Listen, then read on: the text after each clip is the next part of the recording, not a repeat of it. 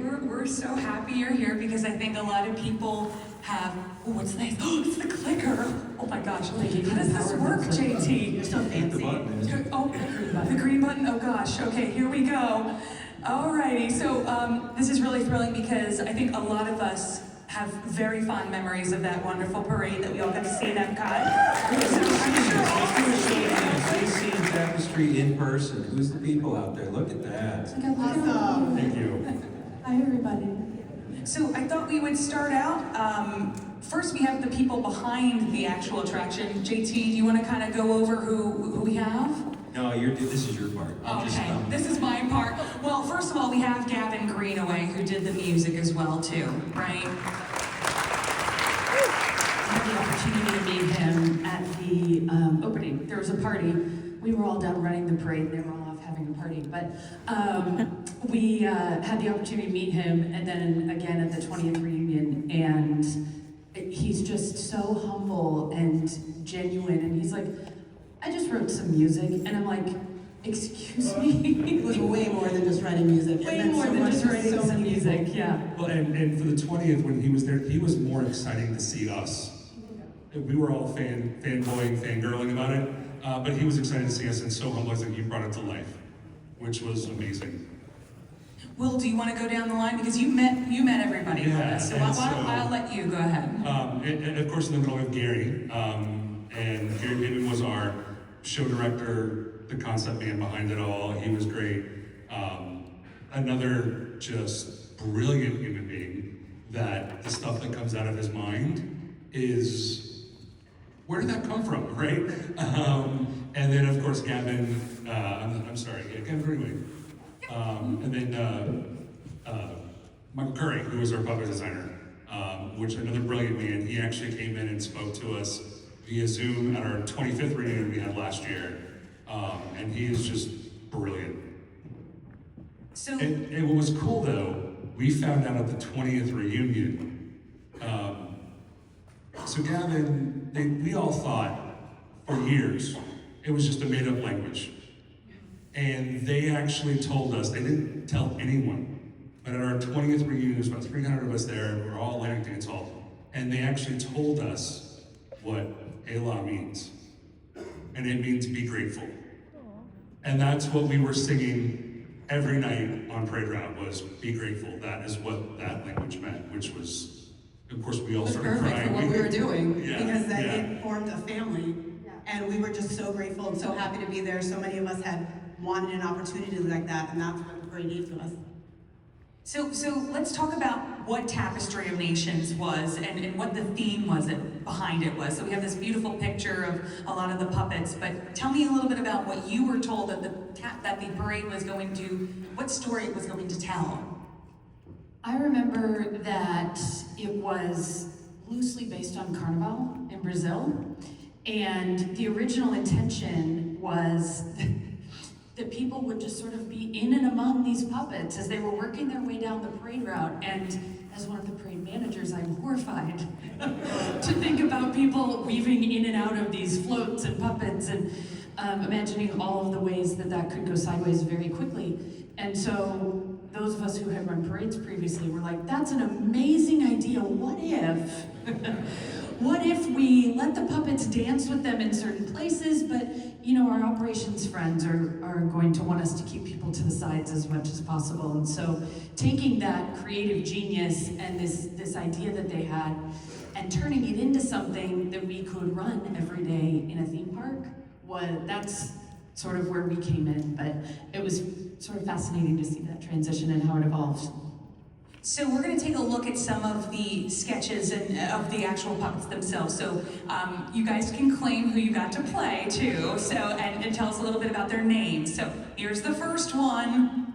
Everybody's favorite. I was one of the rare ones. My favorite puppet, first and foremost, always was Bird. And second, I was one of the rare people that loved doing marionette. It was not a fan favorite, generally because the little baby puppet that was out in front, we called it Bobo. Bobo had a way of getting caught in things, and it people, strollers, trees. Yeah, the tendency to misbehave like a child. for an interesting center of gravity, sort of. It put some of the weight of the puppet out to the front, and so I think it was a little bit more difficult for people to wear that one, unless you were built just right, really. Alrighty, here we go. Next one. Oh, there's one of our friends. I think that's Angel. Yeah, 3 sheets. that's Yeah, Angel. Angel. Alrighty, and That's Sprite. Did She you was do very Sprite? playful. I did not do Sprite. You did not do I Sprite? did not. okay. We have a couple of sprites We have tonight some somewhere. sprites that are- Alrighty. That's Hammerman. That's Hammer, that's Hammerman. me in the Blue Hammer. That was actually the last special that we did after parade was done for about a year and a half after Nations and Dreams. We still had the puppet and they would perform at special events like this. And I got to do Hammer for the last time at that event. It was pretty fun. What was the route? If I'm at EPCOT, explain to me what. So there were 3 sections to the parade. So there was one section, it would start, and then it would go out, and then it would enter in another section. So there was a section that went from Mexico to Germany, and one that went from Germany to Morocco, and then one that went from Morocco to United Kingdom. And I don't remember exactly when it was, but we canceled that section permanently after a while. But the cool part about it was that you would get the parade all the way out. We had a section we called Mirror Ball, which was the disco balls Glittery on the- section. yeah, the lights would go out and the disco balls on top and all that. And then that was the point at which the entire parade stretched from Mexico all the way around to the United Kingdom. And I always enjoyed stepping sort of to the lagoon side of the promenade and turning my back on the parade, sorry guys, and looking at the whole parade stretched around the lagoon. It was just really an amazing sight to see this huge show in this beautiful place that we all know. And then it would start to go in the second gates and be on its way. Yeah, and at that high point, we did the math last night. 140 puppeteers, 15 floats, each had a driver, 2 drummers on each float, so 30 drummers. And it was the whole 1.7 miles Almost, of yeah. the World Showcase Lagoon. It was gorgeous to look at. I remember too, one thing, this is funny, I was sharing this memory last night too. The very beginning of the parade, so I actually came over to the team before we had puppets, before we had cast, anything, July of 1999. And so I was there very early in some of the first rehearsals, and some of you were as well. And I remember the very first night we were doing rehearsals in the park, there was a portion of the show, because it was all meant to be one big show the whole evening, the 2 parades and Reflections of Earth. And there was a point at which and I'm gonna stand up to demonstrate this. So people are watching the parade, right? And the very beginning where there was a big long drum solo, those of you who remember it from early on, you'll remember the drum solo. Drum solo's going, and all of a sudden they shot fireworks off in the lagoon, and all the guests are watching the parade, and all of a sudden there's fireworks, and they're like, oh, fireworks! And we're like, maybe we shouldn't turn their attention away from the parade. So those fireworks got cut out very early in the run of the show, but it was meant to enhance, and yeah, instead it took away from. Alrighty, who's up next? Aztec. Aztec was fun. It was one of our lighter puppets, but he had this presence about him, and he often led the parade. What was the, because you just mentioned weight, so what was the least amount of weight for one of the puppets, and what was the most? Aztec was Aztec was the lightest. at like maybe 8 to 12 pounds. And I remember that Didn't because I did officially have Aztec. weights. Huh? We didn't officially have weights. Oh, that's true. But I remember I did Aztec a couple times because I was also a Sage of Time. And I had a situation where I was injured, and I came back to modify duty, and I couldn't go on stilts, and I couldn't do some of the heavier puppets using my arm. And so I could only do Aztec and Hammer, and I put this on after having performed so much in Bird, which was about 40 to 45 pounds, about 20 feet tall, and the wingspan was about 30 feet fully open.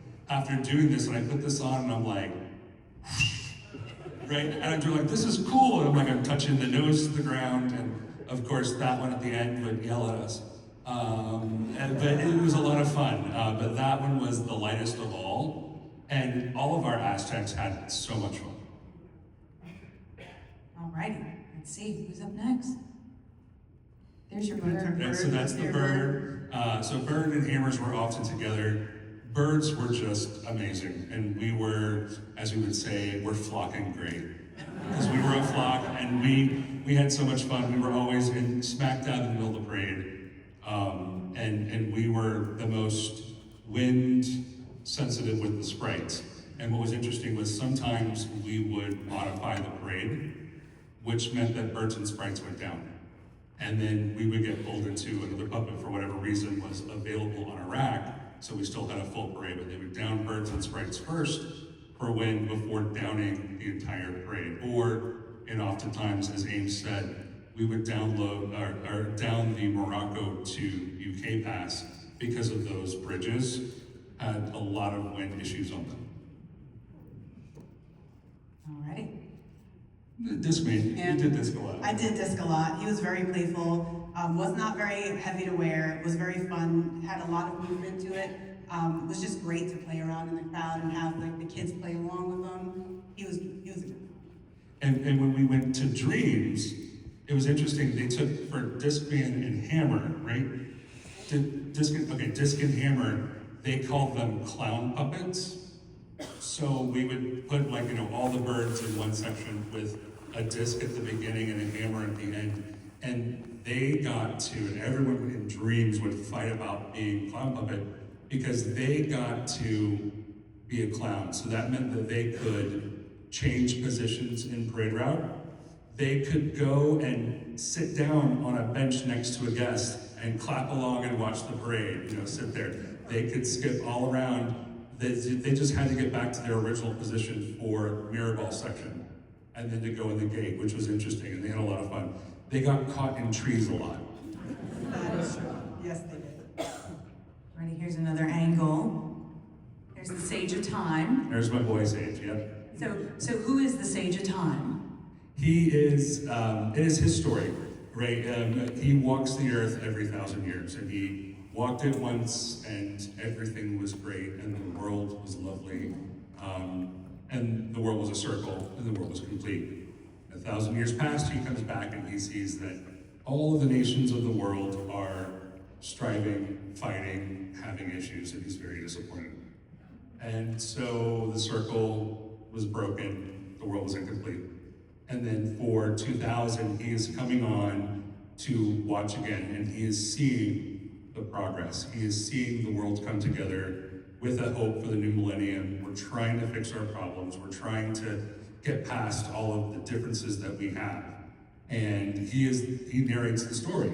You hear his voice throughout the entire thing, and then you walk through, and then he stands at the gate and gets all the puppets back in and wishes everyone goodbye.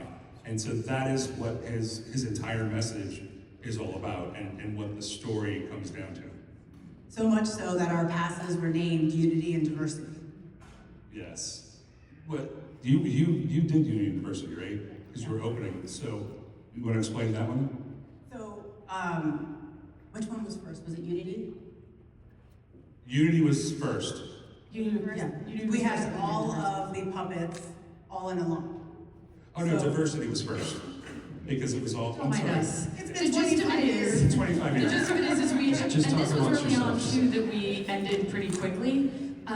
We had one pass where it was all the puppets grouped together by type. And then the other pass was one of each between the drum units. And we eventually, as I said, fairly quickly moved to all of the puppets grouped together. So it made it easier to dance around the promenade because all of your puppets were the same, so you weren't combating wings or the sprite's tails, so you knew how to interact with each other better. How long was the show originally supposed to run? Like Like minutes or No, when they first premiered it, like how long were they gonna have it? it was scheduled to run for 15 months, actually, because my role was a 15-month temporary assignment for the duration of the Millennium Celebration. And then they extended it beyond that. We ended up almost 3 years. Actually, a little over 3 years, I think. It was close to 4, yeah. Yeah. And is that including like Tapestry of Dreams, which Yes, is the not other? just Tapestry Dreams as well. It's amazing. So you said you had the drummers, so let's get another shot of the drummers.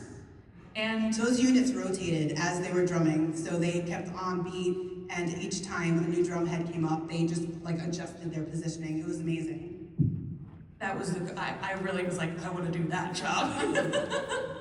and I think a lot of us remember the Millennium Celebration and the countdown, and I think the music was pretty much through everything during New Year's Eve. And this was this the Super Bowl, right? I remember we watched this huddled around about a 11-inch black and white TV backstage between parades. They actually had taken some of the puppets out of the parade, so we were a little sparse those days. And they sent the puppets to Atlanta for the Super Bowl, and then a whole bunch of us were just gathered around this TV because it was like 2000, right? People didn't have it on their phones. You had to have a TV. I think it even had bunny ears out in the barn where we kept all the puppets. Alrighty, and here's some photos. This is Lillian. This is me with my puppets. I was Wiggle Girl, and she was very fun and flirty. We had strings that would make her move her hips, so a lot of times we would engage with the crowd, have little kids pull on our strings so that they had the opportunity to play along, and she was just so much fun. She was my absolute favorite out of all of the puppets that I did. And some more photos of the drummers, and I just love looking at these because of the colors. That's the most fun part about this parade is the colors and how much fun. What was it like interacting with the audiences? That was absolutely the best part. Yeah, That was. you got to look at them and look them in the eye, and The they awe. could touch The awe. you, that they could touch the puppets, and they could, you can give the pole, the control pole, to somebody, and they could wave the wing back through, and it was you, and you got that connection, not, Yeah.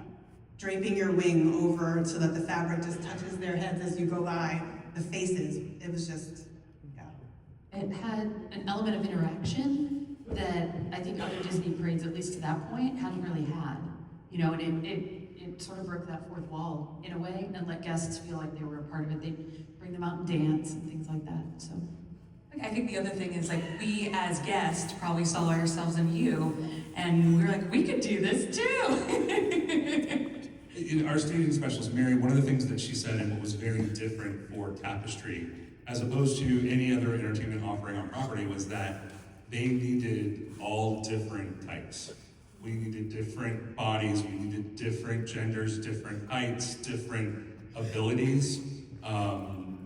Everything was different. Like anyone could pursue their dream of working in entertainment at Disney. And being in a Disney parade. And I think a lot of the guests saw that we were, in essence, ordinary people, just like them. We weren't picture perfect, conventional beauty. Well, I mean, some of us were, but anything, right? We were, we were just normal, everyday people that you could see on the street, and that was amazing to them. But I will say, just by what you guys are saying and how much, I mean, you know the story, you know the movements, you weren't just normal everyday people. You guys put a lot into this, you can tell. this was, I think we all know, it was unlike anything else Disney has really ever done. And it was such a moment in time. And I was asking Will the other night, like, am I making this too much of my personality still? Like, it's 25 years later, right? But it was such a formative time in my life. I was still very young as a leader, and it taught me a lot about leadership and about park operations and so many things, but also a lot of it was before things like 9/11, right? And it was just a very different world and very reflective, I think, of that time of the world in a way. And then Tapestry of Dreams was due to debut just a few days after 9/11. We were in rehearsals on 9/11 for Tapestry of Dreams. So there's this very clear, at least in my mind, delineation of what was going on in the world with what was going on in the parade, and just a lot of parallels, I think, can be drawn between the two. Well, you did have a lot of fun backstage. I got We had some fun photos of you having fun times and. That is me down center next to Dale. And I think almost everyone in this picture, and some of them are here today, we're friends to this day. I mean, it's 25 years later, but we are a family of 500 strong. And we talk to each other. I mean, we've all grown up and we're all doing our big person jobs. I mean, you know, Jeffrey Schaefer Mouskowitz, who's an Imagineer for Disney, started with Tapestry.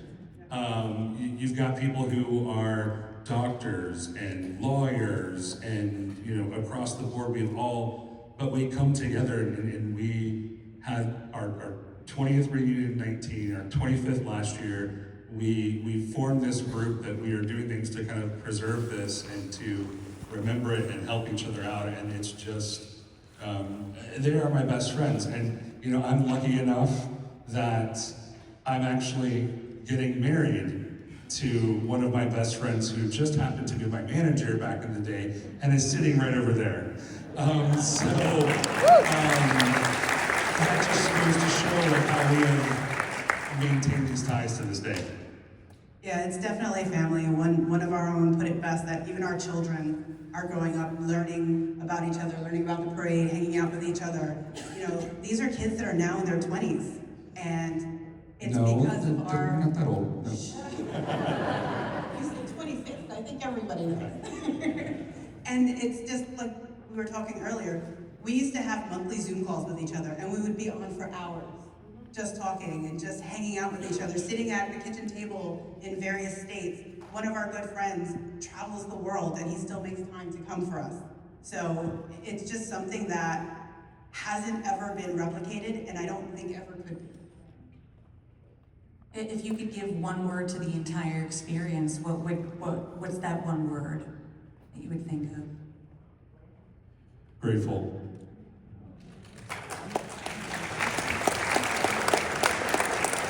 Yeah, and I think for me, it's just family, because that's what we have here, an extension of our families. The one that keeps coming to my mind is formative, because it was such a part of my early career. But I think their words are probably better. Well, this is so exciting, and there was a song that came with the show, which we know, and then they also had Celebrate the Future Hand in Hand. So, Actually, Tammy, can I hijack for something for a second? yes. Okay. Go ahead. So, Tammy Tucky has been an amazing supporter of us. She's helping to keep our flame alive. You know, we are trying to remaster. We did the COVID, we did our parade from home. You can go on YouTube, Tapestry of Nations Quarantine, it's great. We're looking to actually do a full-length documentary and restore footage, and we're doing a lot of different stuff. And she reached out to us, she's like, I love you guys. You know, I'm like, oh my gosh, you were like 2 when this parade was out. But you know, she loves everything, and she has had us on the show. She got us involved with this. And so we want to, if a friend of mine come and help, we decided as a cast that we are going to make you an honorary alumni of the Tapestry. So a few things. So we all got these, which were certificates of appreciation when we did Nations. So this has been 25 years old. And we found one, and we decided that you deserve your own. You know, for all of the hard work that you have done for us. And then we also have this print for you of the Millennium Celebration. Oh, it's beautiful. It's one of the artwork pieces. So just because you have been a huge supporter and a huge, we love you. Come over here and look at it again here. It's beautiful. Thank you guys. And can I just mention that they've all been so sweet and so welcoming. It's like a family. And I would love for you guys to meet them. They do have their own booth, and I think you guys are here tomorrow, right? For a little bit, yeah. For a little bit, yeah. right? And See all the cool stuff we have. yes, because I think you have a QR code in case people want to get merch, correct? Yeah, so we have been, like, you've seen us in our shirts. These are, we have soccer jerseys that are for every puppet, and And of course, mine is, it's a sage in the back. But we have a bunch of different, we have tons of stuff. You'll see a lot of it soon. But you can go to our website, which is tapestryalumniassociation.com. And you're more than welcome to buy and support, because we use those funds to support our efforts to restore and to support each other. And we are very in partnership with Area 3 Foundation, which supports entertainment as a whole at Disney with like crisis grants and all sorts of things. So, yeah. This is exciting. So, if you guys would like to stay up here with me, we'd love to do a little bit of Celebrate the Future hand in hand for you. And Hal found some great footage. I think I'm gonna, am I doing this right? I think Hal, right? I hear we're gonna try it. And does it press play? Do I just press to press play? Okay, here we go. Okay, here we go. You guys wanna stand up? We'll come together in the center.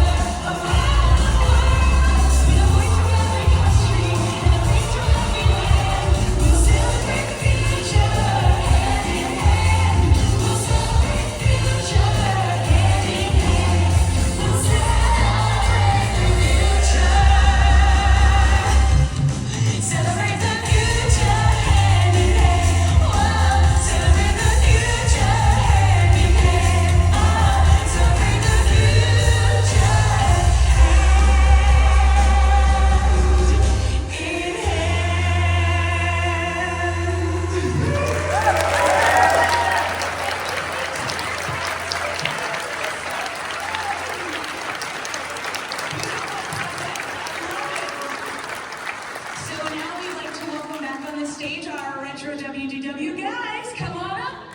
Can I grab 2 seconds real quick? Yeah, sure. So, you might be thinking that's an actual tapestry puppet. I know many of you may have been at D23. It's not. Robert built that himself. In 2 weeks.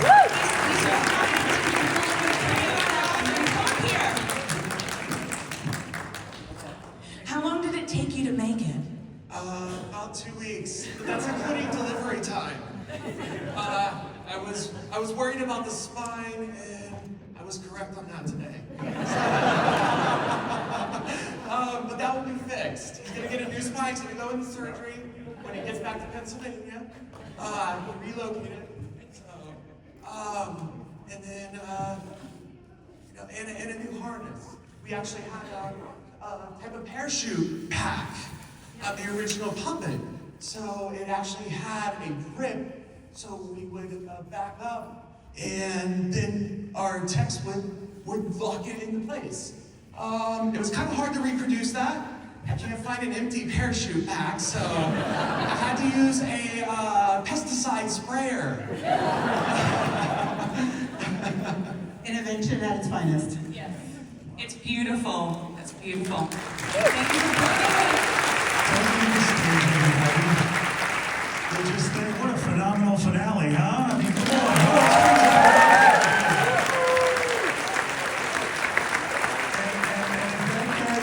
back to Pennsylvania, I want to party with him. I mean, I'm going to take him out one night.